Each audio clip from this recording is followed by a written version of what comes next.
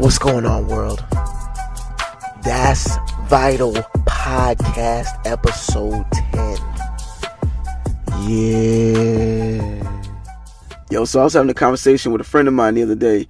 I was describing the flow state of mind. So flow, real quick, for anyone who doesn't know, flow can be your peak state of mind. It's your most creative state of mind. It's your most confident state of mind.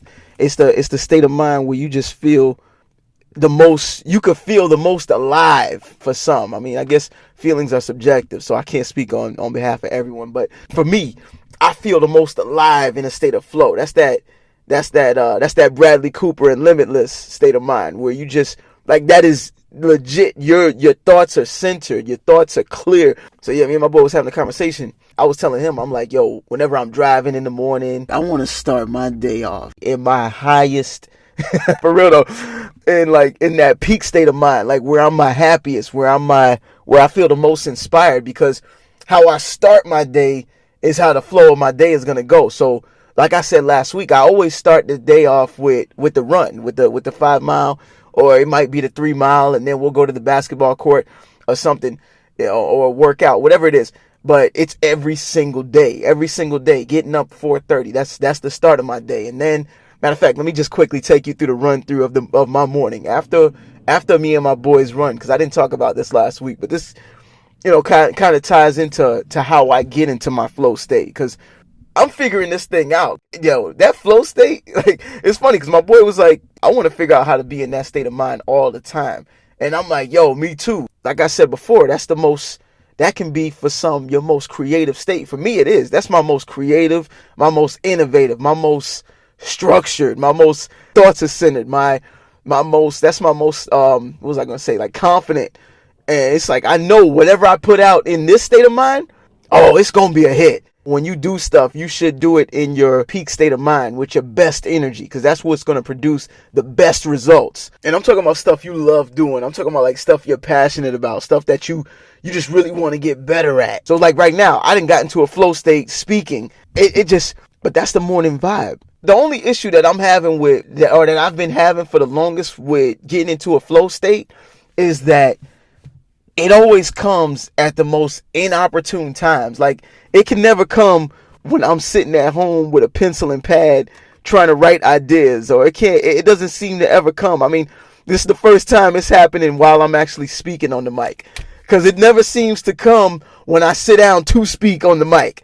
So I'm like, frick, yo, how do I get into this constant? Like, how do I make this thing constant? Side note, this is another thing that I realized. It's a bit of a side note, but it's regarding the flow state of mind.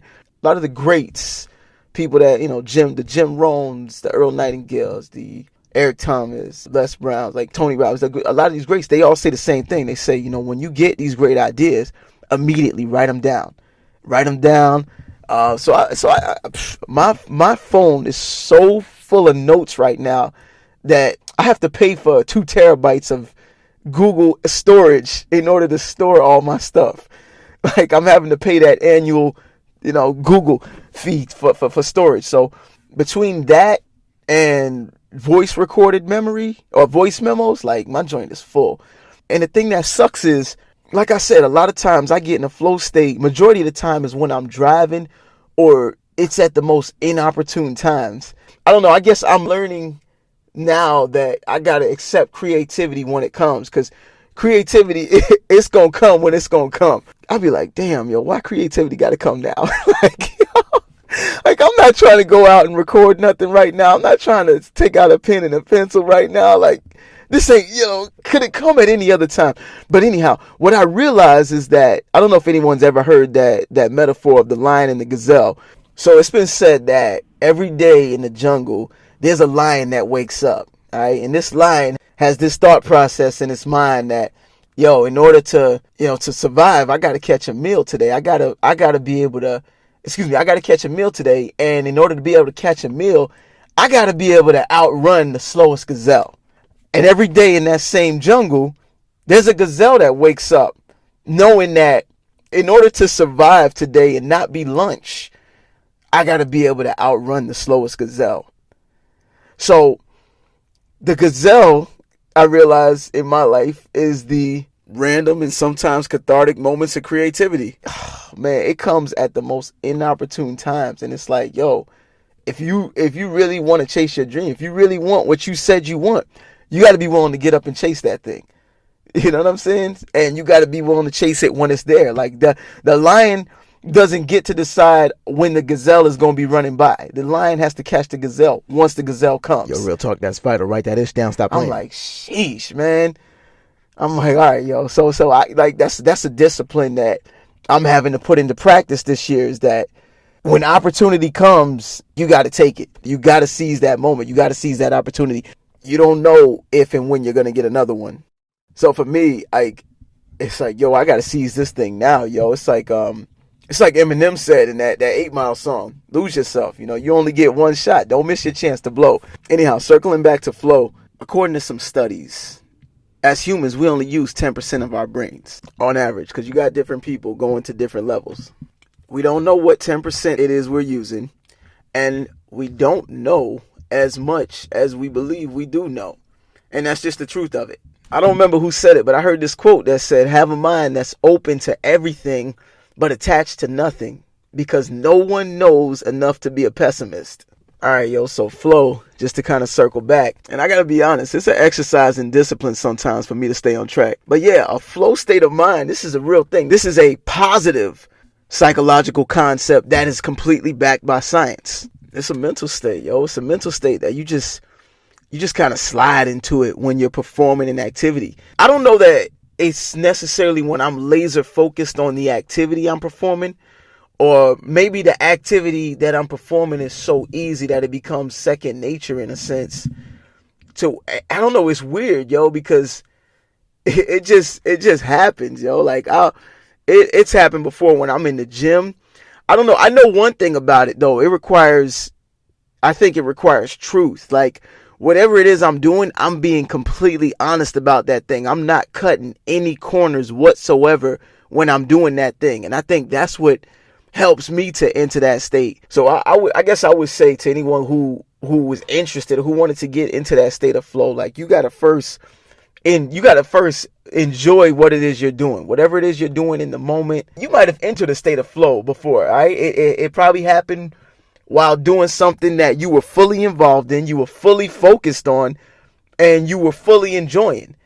So, like I said, for me, it's when I'm driving in the morning, listening to whatever it is I'm listening to, and like, because I'm taking in the beauty of the sun as it's rising. Like, I mean, just beautiful sunrise, the nice highway. I like driving in nice places. I like driving through in nice areas where they got nice stores, places where I'd like to live, where they've got like Whole Foods or Greenwise markets, or, the racetrack gas station, the nice racetrack with the Cultured Stone, nice neighborhoods, nice houses. It's like, yo, this is the side of fulfillment I'm trying to be on. Like, this is the side of fulfillment that, I want for my family, the side of fulfillment that, like, this is the type of area I want to be in constantly. I want to wake up to. For me, it's happened on jobs before where I was just fully involved with whatever it was I was doing. I might be painting on a wall and I'm so involved. Like, I'm making sure that I'm catching every last little detail. Like, I'm not getting over paint, or paint drips on any spots that shouldn't be painted. I'm making sure everything has a nice even coat. Like I said before, it's one of the things, like, I think it involves being truthful, being honest with yourself. So if it's a job you're working on, like, you got to really take pride in the task that you're performing in order to enter a flow state. It involves honesty. It involves enjoyment.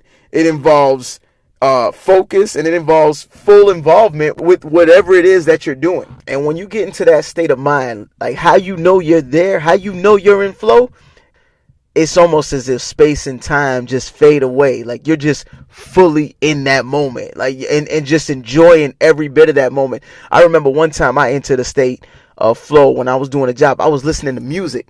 I was lit. I was listening to music. I was listening to church music, some Christian music. And, like, I was really captivated by the beauty of the music. And I was doing an accent wall for somebody. I'm painting, I'm caulking in between the cracks and the crevices. And I mean, like, that wall came out so good. Oh my gosh, the crown molding looked good, like everything. I was just, I was in the zone, yo. And I'll also say this, like, in that state of mind, it's like you'll know because you kind of, if you're performing a task or something that might be complicated, it's like when you get into that state of mind, after a few minutes, you develop like this spontaneous new sense of creativity and drive where it's like now you start thinking more creatively, you start coming up with more creative ways of getting that thing done. If it's a hard task, like, I don't know, cleaning a garage or writing something, I don't know, decorating or something, whatever it is, I don't know, you just become more creative. And it's like you desire to be more creative. So now your mind is really racing to find great ideas. And it's like you become obsessed with that thing in that moment. You become so involved with whatever that task at hand is or whatever that thing. And you just enjoy being in that state of mind and in that moment. And then once that thing is done, you get that rush of fulfillment. You know what I'm saying? You feel euphoric. You feel geek. You feel nostalgic. You feeling like, yeah, like I did that. All right. So if you're picking up what I'm putting down, and this is something that like you've either experienced before or you would like to experience, you got to keep these factors in mind. All right. If you want to get into a flow state of mind, first of all, I think truth is going to be the number one factor. That's just me. I personally believe like whatever you do, like if you involve truth in everything, because truth shows up in everything you do. Truth shows up in when you speak, obviously, in your movements.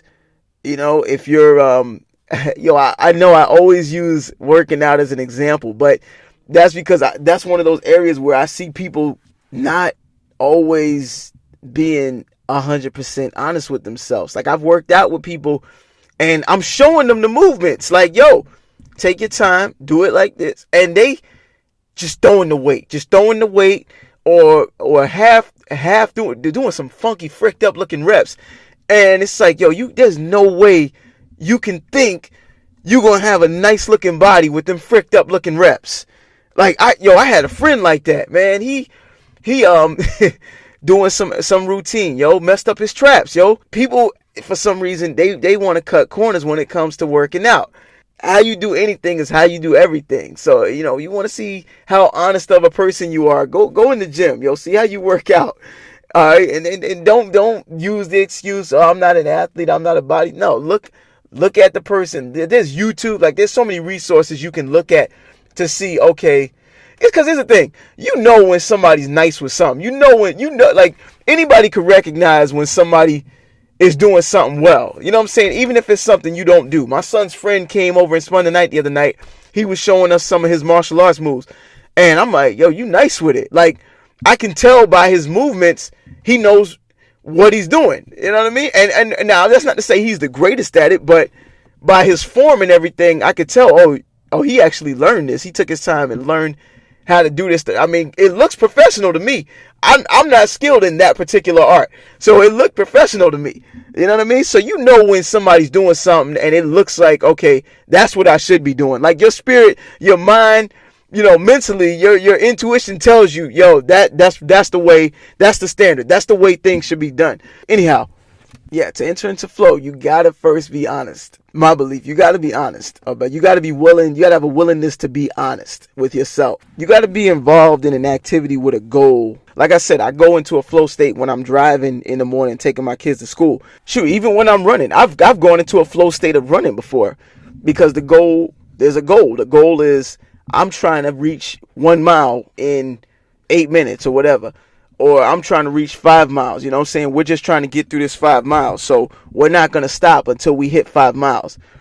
So back to the school example. My goal is I'm trying to get my kids to school and I'm trying to get them to school on time. So because I know that, okay, I want to get them there and I want to get them there on time, my mindset is no matter what, we're going to keep driving. So now I can't just decide, oh, let me pull over to take these notes or let me pull over to read a book. Y'all ever made like a New Year's resolution, for example, to read more books? All right. And 2 weeks after the new year started, you ain't read a single book. Now here comes Monday morning. You're driving to work and you're dreading going to work, and you're like, damn, yo, I wish I ain't have to go to work today. Like, yo, I'm dreading this job. Like, this job sucks.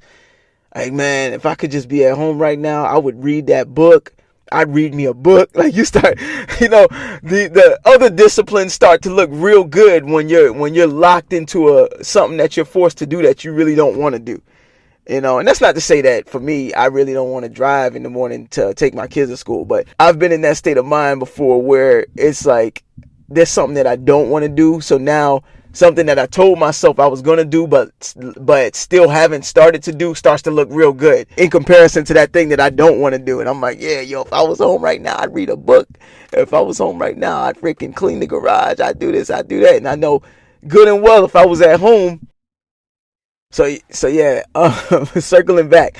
So you got to be involved in a task, and it's got to be something that you either like doing or don't mind doing, or I would say for me, it's in things that I've learned to find the beauty in.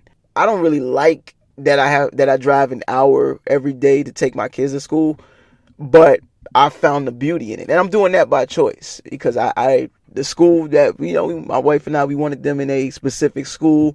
And I'm willing to make that sacrifice, That, man, that's a whole nother podcast in and of itself, yo. It's like how a willingness to make certain sacrifices can really elevate your life. You know what I mean? Your life will be elevated to the degree of sacrifice you're willing to put in. I'm not saying that to say everybody should drive their kids an hour to school. That's for the pessimists, because, you got them people that, so you're trying to say that I should drive my...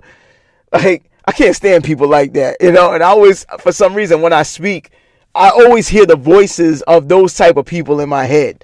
That may be a testament to the idea that I just need to get out of those or away from those type of people, those energy draining people, or maybe, because I don't hang around people like that, but I don't know. I guess from years of hanging out with people or hanging around people like that, it's created sort of a trauma. So now I'm working to have more years of just being around positive people, just being around good people, being around optimistic people that know how to look forward instead of constantly looking in reverse week in and week out, if that makes sense. Anyhow, circling back. So yeah, you got to be involved in a task, and you want to be involved in a task that can give you some sort of immediate feedback. For example, if I'm running in the morning with my boys, and our first goal is let's hit that first mile. Like, we already know, my kids know when we're gonna hit that first mile. They know which house we pass every time we hit that first mile. It's the same house every time with the same black car in the driveway. They know whenever we hit the second mile, it's at the end of this block. It's as soon as they hit that stop sign at the end of this other block, that's the second mile. Now we got these little markers that let us know, yo, we hit the first mile, boom, we hit the second mile. Like, all we got to do is get here, and that's the first mile. That's the first reward, bomb.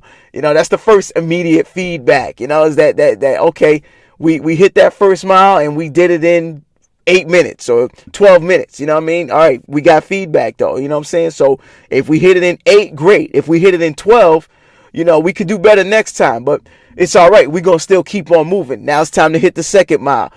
Anytime, like, that's the kind of stuff that will get the gears of flow grinding in your head and get you to that state. And with that being said, there's also got to be a level of balance between the challenge and your skill level. So like I was saying with the run, if I hit, let's say I hit 8 miles one day, I hit a mile in 8 minutes one day. My kids and I, we hit a mile in 8 minutes one day, and we hit it in 12 the next. We know that, okay, at any given point in time, we should be able to hit between 8 and 12.